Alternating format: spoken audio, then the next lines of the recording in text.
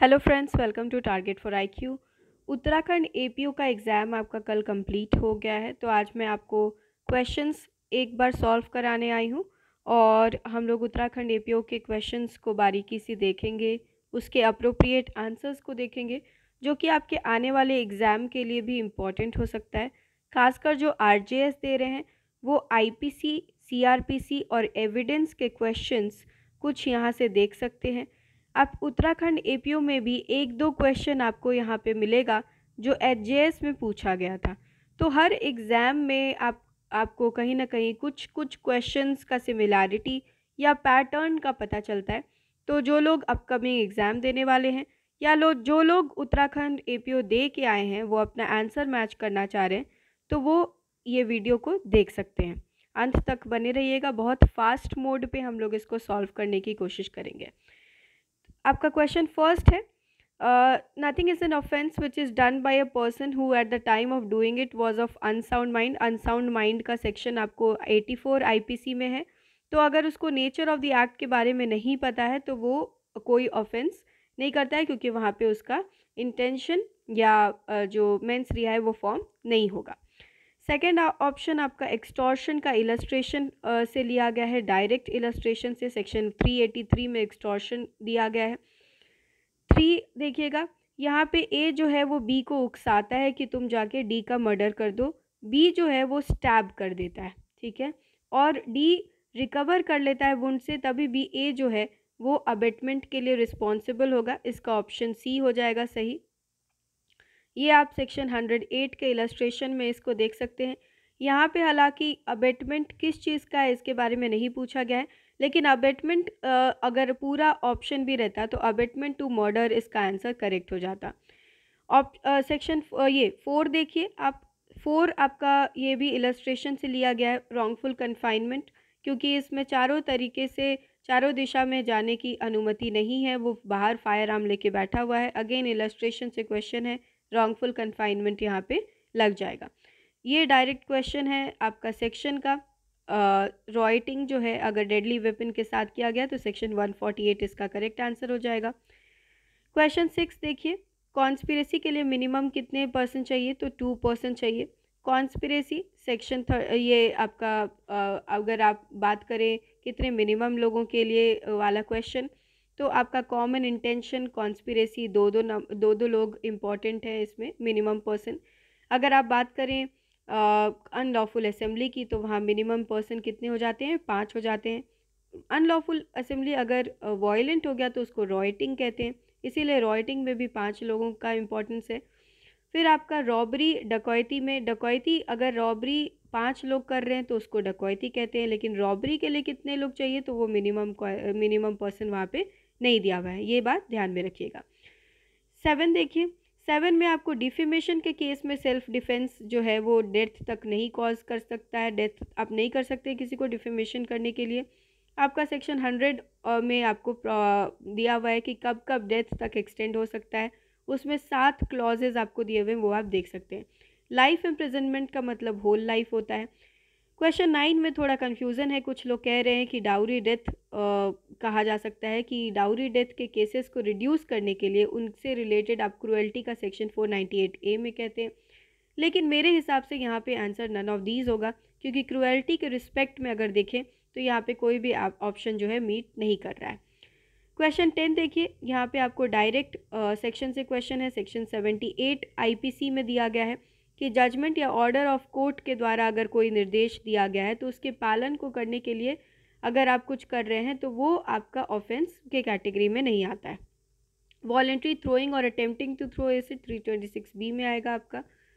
फिर आपका अगेन ये क्वेश्चन इलस्ट्रेशन से ही लिया गया है, और सेक्शन 93 डायरेक्ट आईपीसी, इसमें कम्युनिकेशन अगर बेनिफिट ऑफ पर्सन के लिए किया गया है तो उसको ऑफेंस की कैटेगरी में नहीं रखते, इसलिए ऑप्शन बी आपका करेक्ट हो जाएगा। 13 क्वेश्चन देखिए, अगेन सेक्शन 100 आईपीसी से लिया गया है। 7th क्लॉज अगर आप देखेंगे तो उसमें एसिड अटैक का केसेस को ऐड किया गया है 2013 अमेंडमेंट में, जहाँ पे आप प्राइवेट डिफेंस डेथ तक आपका एक्सटेंड हो सकता है। क्वेश्चन नंबर 14, इसका answer section 11 plea of alibi होगा। Facts which are otherwise not relevant becomes relevant, ये आपका क्वेश्चन का जो आपका सेक्शन का स्टार्टिंग लाइन में ही ये आपको ये लाइन मिल जाता है। क्वेश्चन 15 आपका ये ज़रूर ऑब्जेक्शन में जाएगा, क्योंकि डाइंग डिक्लेरेशन रिकॉर्ड किया जा सकता है किसी भी पर्सन के द्वारा, डॉक्टर हो, विलेज प्रधान हो, इन्वेस्टिगेशन ऑफिसर हो या मैजिस्ट्रेट हो, कोई भी हो सकता है। लेकिन फिर भी अगर क्लोजेस्ट ऑप्शन और अमंग द बेस्ट ऑप्शन अगर देखा जाए, क्योंकि वर्ड यूज़ किया गया है शुड बी रिकॉर्डेड, तो एट बेस्ट अगर देखा जाए तो मैजिस्ट्रेट ऑप्शन दे सकता है, लेकिन ये फिर भी अगेन क्वेश्चनेबल है, तो ये ऑब्जेक्शन में ज़रूर जाएगा। 16 का आपका Bapu versus state of Maharashtra dying declaration से रिलेटेड है, तो आपका ऑप्शन ए हो जाएगा। 17 का आपका लीडिंग क्वेश्चन हो जाएगा। एग्जामिनेशन इन चीफ में आप लीडिंग क्वेश्चन नहीं पूछ सकते, क्रॉस एग्जामिनेशन में आप लीडिंग क्वेश्चन पूछ सकते हैं। ए जो है बी को उकसाता है सी के मर्डर के लिए, बी मना कर देता है। अब उसके मना करने नहीं करने से ये फ़र्क नहीं पड़ेगा कि ए किस चीज़ के लिए ऑफेंस के लिए लाइबल होगा, तो यहाँ पे ए अबेटमेंट ऑफ मर्डर के लिए लाइबल होगा। क्वेश्चन 19 देखिए, अगेन इसमें थोड़ा कन्फ्यूजन है, बट मेरे हिसाब से ऑप्शन बी करेक्ट आंसर होगा। Question 20 option C would be the correct answer. 65 B, इसमें इलेक्ट्रॉनिक रिकॉर्ड किस तरीके से प्रूफ किया जा सकता है वो आपको दिया हुआ है। अगर कोई पर्सन है जो बोल नहीं सकता है और डाइंग डिक्लेरेशन साइंस में दे रहे हैं, तो वो भी एडमिसिबल है, क्वीन वर्सेस अब्दुल्ला के केस में कहा गया है। डीएनए टेस्ट एविडेंस के तौर पर लिया जाता है, तो ये इसके ओपिनियन को एक्सपर्ट एविडेंस के रिस्पेक्ट में देखा जाएगा। सेक्शन 45 के अंतर्गत इसको एडमिसिबल माना जाएगा। कॉन्स्टिट्यूशनल वैलिडिटी वाला क्वेश्चन, यहाँ पे भी बी और सी दोनों ऑप्शन हो सकता है, तो ये भी अगेन ऑब्जेक्शन में जा सकता है।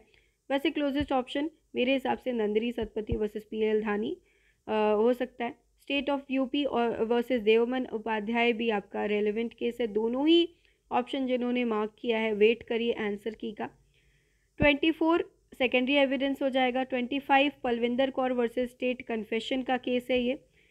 विच of the following section of the Indian evidence act provides for admissibility of secondary evidence, ये आपका सेक्शन 65 हो जाएगा।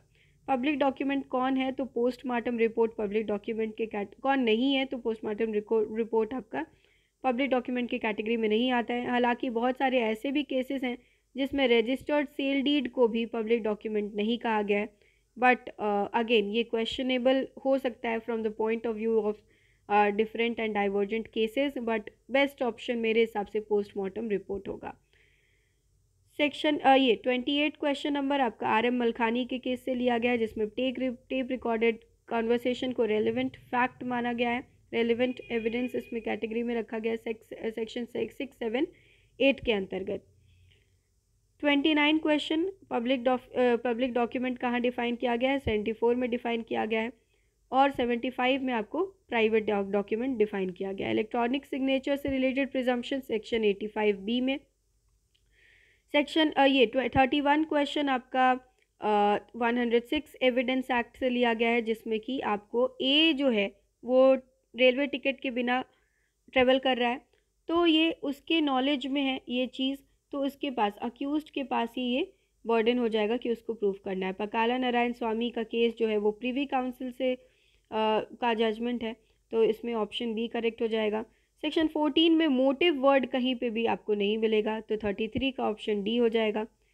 Presumption as to abetment of suicide 113 A और 113 बी में आपको डाउरी डेथ से रिलेटेड है। 114 ए में जो है वो आपका 2013 में अगेन ऐड किया है, बहुत इंपॉर्टेंट सेक्शन है, इसको भी ज़रूर देख लीजिएगा। एविडेंस का क्या कैटेगरी नहीं होता है, तो रीड एविडेंस कोई एविडेंस नहीं माना जाता है। रिफ्रेशिंग मेमोरी से रिलेटेड आपका सेक्शन 159 है। डेट ऑफ बर्थ के लिए सबसे ज़्यादा अच्छा एविडेंस स्कूल सर्टिफिकेट को माना जाता है। ये अगर आप जे एक्ट को सेक्शन 74 के साथ पढ़ेंगे तो आपको समझ में आएगा ये चीज़। इसमें देखिए कौन सा ऐसा सेक्शन है जो कि आपके सिविल केसेस के ऊपर केवल अप्लाई होता है और क्रिमिनल केसेस के ऊपर अप्लाई नहीं होता है, तो ये होगा आपका section 23। Public prosecutor section 2U में डिफाइन किया गया है। एविडेंस एक्ट में कन्फेशन कब एडमिसिबल नहीं होता है, अगर वो पुलिस कस्टडी में दिया गया है तो वो कन्फेशन एडमिसिबल नहीं होगा। Section 25 of the evidence act. Section 43 CRPC के द्वारा एनी प्राइवेट पर्सन जो है, कोई भी प्राइवेट पर्सन जो है अरेस्ट कर सकते हैं। कब अरेस्ट कर सकते हैं? अगर कोई ऑफेंस कॉग्निजेबल नेचर का है या नॉन बेलेबल नेचर का है। मैजिस्ट्रेट के बारे में दिया हुआ है सेक्शन 44 में कि वो अरेस्ट कर सकते हैं। वो किस ऑफेंस के लिए? तो यहाँ लिखा हुआ है, वहाँ लिखा हुआ है, आप सेक्शन 44 ध्यान से देखिएगा तो लिखा हुआ है एनी ऑफेंस, यानी bailable, non bailable, cognizable, non cognizable, कोई भी ऑफेंस के लिए मैजिस्ट्रेट जो है वो वहाँ पे अरेस्ट कर सकते हैं। सेक्शन ये 42 देखिए क्वेश्चन नंबर, इसका आपका वुमेन को किस तरीके से अरेस्ट करना है, हाउ टू अरेस्ट के बारे में सेक्शन 46 में दिया हुआ है, तो आपका डी ऑप्शन करेक्ट हो जाएगा। 41 डी में आपको राइट ऑफ अरेस्टेड पर्सन के बारे में कि वो एडवोकेट के साथ मिल सकते हैं during interrogation, not through out interrogation but during interrogation. ये आपका ऑप्शन ए करेक्ट हो जाएगा। वारंट कब एग्जीक्यूट किया जा सकता है? तो जब तक वो एग्जीक्यूट नहीं किया जा सकता है तब तक फोर्स में रहेगा, और या तो कैंसिल कर दिया गया तो फिर वो हट जाएगा, अदरवाइज वो फोर्स में रहेगा। सेक्शन 70 से डायरेक्ट ये क्वेश्चन लिया गया है। 45 का सेक्शन 309 हो जाएगा। Witness day to day continue trial हो जाएगा, इंक्वायरी और ट्रायल जो है वो कंटिन्यूअस होगी डे टू डे बेसिस पे। ये सेक्शन 309 से है। इसमें देखिए ऑल्टर चार्ज को ऑल्टर किया जा सकता है, ऐड किया जा सकता है, ये आपको ऑप्शन डी हो जाएगा सेक्शन 216 में। 47 में देखिए कोर्ट विटनेस को बुलाया सकती है, ये आपको ए ऑप्शन हो जाएगा 311 के द्वारा। अब मैच द फॉलोइंग में देखिएगा, recalling of witness correctly match नहीं है क्योंकि रिकॉलिंग ऑफ विटनेस आपका सेक्शन 217 में दिया गया है। 49 में देखिए सेक्शन 9 के ऊपर क्वेश्चन है, CRPC, ऑप्शन बी करेक्ट हो जाएगा। 50 आपका पब्लिक प्रोसिक्यूटर किनको रिप्रेजेंट करते हैं? तो स्टेट को रिप्रेजेंट करते हैं। कस्टडी और अरेस्ट जो है वो एक दूसरे से अलग है, तो मेरे हिसाब से इसमें ऑप्शन सी करेक्ट आंसर होना चाहिए। रिस्पेक्ट ऑफ प्रोसीड्योर उन लोगों का अलग है, क्योंकि अरेस्ट अगर होगा उसके बाद ही कस्टडी मिलती है, कि पुलिस कस्टडी या फिर जो है आपको पुलिस कस्टडी मिले या फिर वो आगे का प्रोसीड्योर जो है वो कस्टडी और अरेस्ट जो है उनके प्रोसीड्योर्स अलग होंगे। 52 में देखिए service of summon government servant के द्वारा, तो सेक्शन 66 आपका करेक्ट आंसर हो जाएगा। 53 judgment judicial magistrate first class के पास मेट्रोपॉलिटन मैजिस्ट्रेट का power judicial magistrate first class के जैसा होता है, तो option B would be the correct answer. 260 से डायरेक्ट क्वेश्चन लिया गया है, सेक्शन 260 CRPC से, 2 साल इसका करेक्ट आंसर हो जाएगा। 54 का ऑप्शन सी। 55 का ऑप्शन बी करेक्ट आंसर हो जाएगा, विक्टिम कॉम्पनसेशन स्कीम का। रिवीजन का पावर सेशन और हाई कोर्ट दोनों को है, लेकिन CPC में ये प्रावधान सेशंस कोर्ट तो वहाँ है नहीं, तो वहाँ पे हाई कोर्ट ही होता है। तो CRPC का रिवीजन और CPC के रिवीजन में एक बहुत बड़ा अंतर है, यहाँ पे कोर्ट ऑफ सेशन और हाई कोर्ट दोनों को ही रिवीजन का पावर है। 439 बेल से रिलेटेड प्रोविज़न है, जहाँ पे हाई कोर्ट और सेशन कोर्ट को स्पेशल पावर दिया गया है बेल के रिस्पेक्ट में। 58 का ऑप्शन डी आपका करेक्ट हो जाएगा। ये आपको नेक हैंग टिल डेथ के बारे में बताया है वहाँ पे। 59 में आपका सबमिशन ऑफ अपॉलॉजी से रिलेटेड सेक्शन 348 हो जाएगा। 446 का अपील 449 में होता है, तो 60 का ऑप्शन सी हो जाएगा। यहाँ पे जुडिशल मैजिस्ट्रेट के कंट्रोल और जनरल कंट्रोल के बारे में है, तो ये आपका सेक्शन 12 हो जाएगा। 62 देखिए ये आपका डायरेक्ट इलस्ट्रेशन से लिया गया है। 218 में ये कहा गया है कि अगर जो फर्स्ट इसका प्रायोरिटी ये है कि आपके ऑफेंसेस जो है वो डिफरेंटली ट्राई होंगे डिफरेंट चार्जेस के ऊपर, थेफ्ट और ग्रीवियस हर्ट दोनों का कोई भी कनेक्शन नहीं है, तो ये आपका सेपरेट ट्रायल होगा इनके ऑफेंसेस को लेके। 62 का ऑप्शन ए। 63 में देखिए यहाँ पे अगर आपका अपील जो है वो सेट असाइड हो गया है, कन्विक्शन जो है सेट असाइड हो गया है अपील में, तो जो भी आपका 106 में लिया गया है बॉन्ड भराया गया वो अब वॉइड हो जाएगा। 64 का ऑप्शन ए करेक्ट हो जाएगा। 65 ऑप्शन सी, ये सब डायरेक्ट क्वेश्चन है।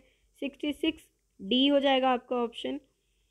67 का आपका सी ऑप्शन करेक्ट हो जाएगा। 68 का आपका ए ऑप्शन करेक्ट हो जाएगा।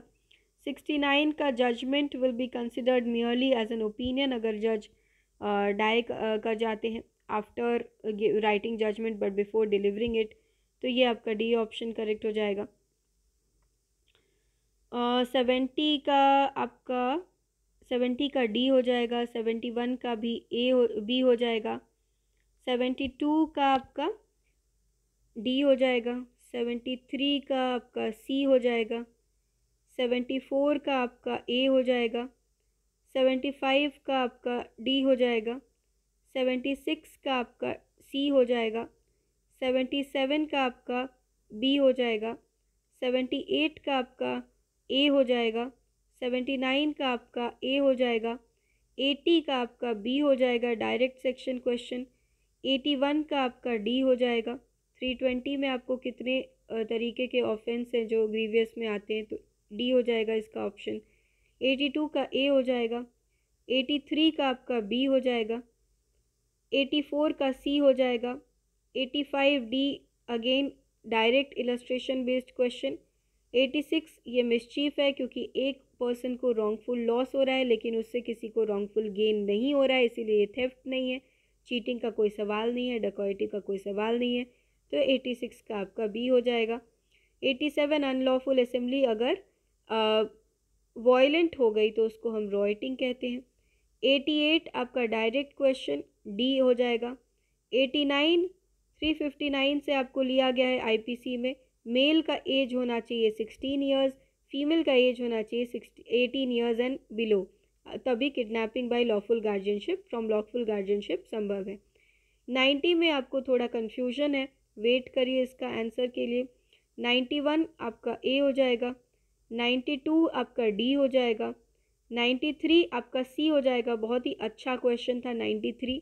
आप चीटिंग का देखिए डेफिनेशन, तो उसमें आपको दिया हुआ है harm against body, mind, reputation और प्रॉपर्टी, ये चारों वर्ड का यूज़ किया गया है।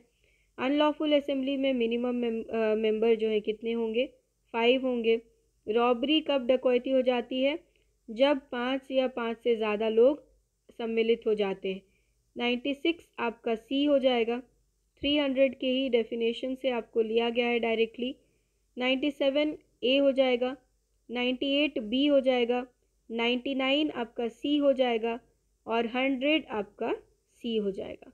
आई होप आप लोगों को पसंद आया और आप लोग इसको देख सकते हैं।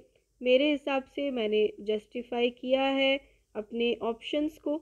अगर कुछ कहीं आप डिफ़र करते हो या कहीं कुछ भूल हो गई हो तो आप कमेंट सेक्शन में ज़रूर रिप्लाई करेंगे। Thank you.